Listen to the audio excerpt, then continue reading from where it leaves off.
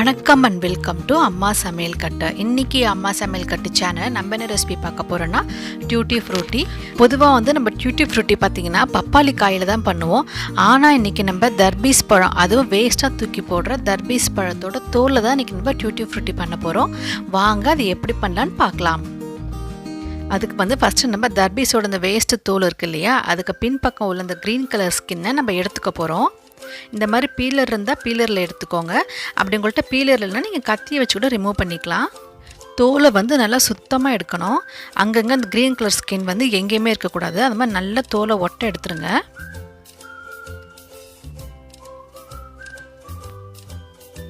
இப்போ ஃபுல்லாக தோல் எடுத்தாச்சு. இப்போ தோல் எடுத்ததுக்கப்புறம் முன்பக்கத்தில் உள்ள இந்த பழத்தையும் ஃபுல்லாக எடுத்துருங்க. கொஞ்சம் கொஞ்சம் அப்படி ஒட்டி இருக்கும் இல்லையா, அதையும் ஃபுல்லாக கட் பண்ணி எடுத்துருங்க. நமக்கு அது தேவையில்லை.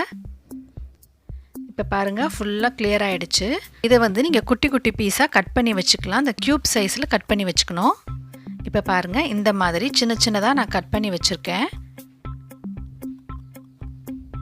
ரொம்ப பெரிய சைஸில் கட் பண்ணிட வேண்டாம், வேகிறதுக்கு டைம் எடுக்கும். அதனால் இந்த மாதிரி குட்டி குட்டி பீஸாக கட் பண்ணி வச்சுக்கோங்க. இப்போ ஒரு பாத்திரத்தில் நான் 4 டம்ளர் அளவுக்கு தண்ணி ஊற்றி நல்லா கொதிக்க வச்சுருக்கேன். இப்போ இந்த தண்ணி கொதித்த உடனே நம்ம கட் பண்ணி வச்சுருக்க அந்த காயை அதில் போட்டுடலாம். போட்டோன்னே இப்போ இந்த காய் ஒரு பாதி அளவுக்கு வெந்தால் போதும். இது வேகிறதுக்கு எனக்கு ஒரு 5 நிமிஷம் போல் எடுத்துச்சு. இப்போ இது 50% வெந்துடுச்சு. ஒரு வடிகட்டி எடுத்து இது ஃபுல்லாக வடிகட்டி இப்போ தனியாக நம்ம எடுத்து வச்சுக்கலாம். அப்புறம் இதுக்கு ஒரு 150 கிராம் அளவு நான் சர்க்கரை எடுத்து வச்சுருக்கேன். இந்த சர்க்கரையை நம்ம ஒரு பாத்திரத்தில் போட்டுக்கலாம். ஒரு அகலமான பாத்திரத்தில் போட்டுக்கலாம். போட்டுட்டு ஒரு கிளாஸ் அளவு நம்ம இதில் தண்ணி ஊற்றிக்கலாம்.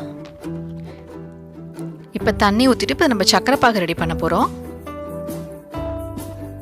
இப்போ ஸ்டவ் ஆன் பண்ணிக்கலாம். ஃபஸ்ட்டு சர்க்கரை நல்லா கரையணும். அது வரைக்கும் நல்லா அதை கிளறி விட்டுட்டே இருங்க. சர்க்கரை நல்லா கரைஞ்சோன்னே நல்லா பாகு கொதிக்கணும். ஒரு நிமிஷம் போல் அதை கொதிக்க விடுங்க. அதாவது சர்க்கரை பாகோட கம்பி பதம் வரும்னு சொல்லுவோம்ல, அந்த கம்பி பதத்துக்கு முந்தின ஸ்டேஜ் வர வரைக்கும் இதை கொதிக்க விட்டுக்கோங்க. இப்போ இது நல்லா கொதிச்சிடுச்சு. இப்போ அடுப்பை சிம்மில் வச்சுட்டு நம்ம வேக வச்சு எடுத்து வச்சுருக்கோம்ல, அதை இதில் சேர்த்துக்கலாம். சேர்த்தாச்சு. இப்போ 50% தண்ணியில் வெந்துச்சு இல்லையா, அடுத்த 50% இது சர்க்கரை பாகிலே வேகணும். அது வரைக்கும் இதை நல்லா கொதிக்க விட்டுருங்க. இப்போ சர்க்கரை பாகு நல்லா சுண்டி வரும். அது வரைக்கும் நம்ம வெயிட் பண்ணலாம். இப்போ பாருங்கள், பாதி அளவு சுண்டி வந்துடுச்சு. இதை நல்லா கொஞ்சம் கிளறி விட்டுட்டே இருங்க. அவ்வளோதான், அது ரெடியாக போகுது.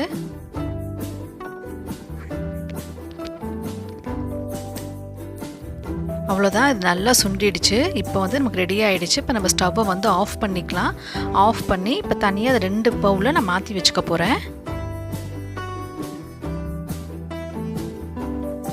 இப்போ நான் 2 கலர் சேர்க்க போகிறேன். அதனால் 2 பவுலில் தனித்தனியாக அதை பிரித்து வச்சுக்க போகிறேன். நீங்கள் 3 இல்லை 4 கலர் நீங்கள் சேர்க்கணும் விருப்பப்பட்டீங்கன்னா நீங்கள் ஒரு 4 பவுலில் அந்த மாதிரி செப்பரேட்டாக அதை பிரித்து வச்சுக்கலாம். இப்போ நான் பிரித்து வச்சுட்டேன். இப்போ நம்ம ஃபுட் கலர் ஆட் பண்ணலாம். நான் ஃபஸ்ட்டு ரெட் கலர் சேர்த்துக்கிறேன். அடுத்து எல்லோ கலர் சேர்த்துக்கிறேன்.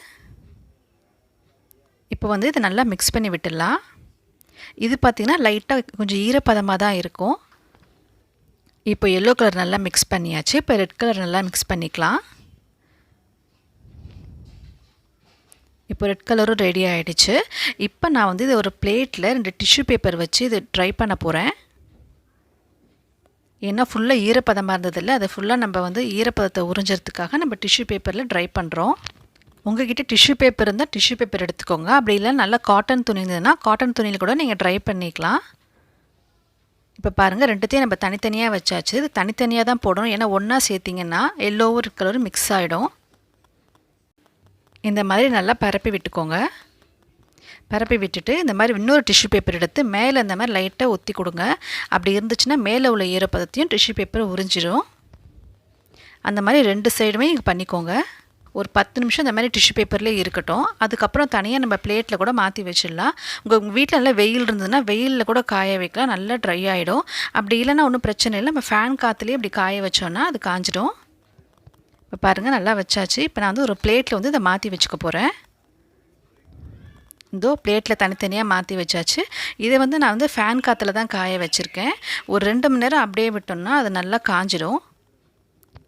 வெயில் இருந்ததுன்னா வெயிலில் கூட நீங்கள் அதை காய வச்சுக்கலாம். இப்போ பாருங்கள், சூப்பரான டியூட்டி ஃப்ரூட்டி ரெடி ஆகிடுச்சு. இதே மாதிரி கண்டிப்பாக எல்லோரும் வீட்டில் ட்ரை பண்ணி பாருங்கள்.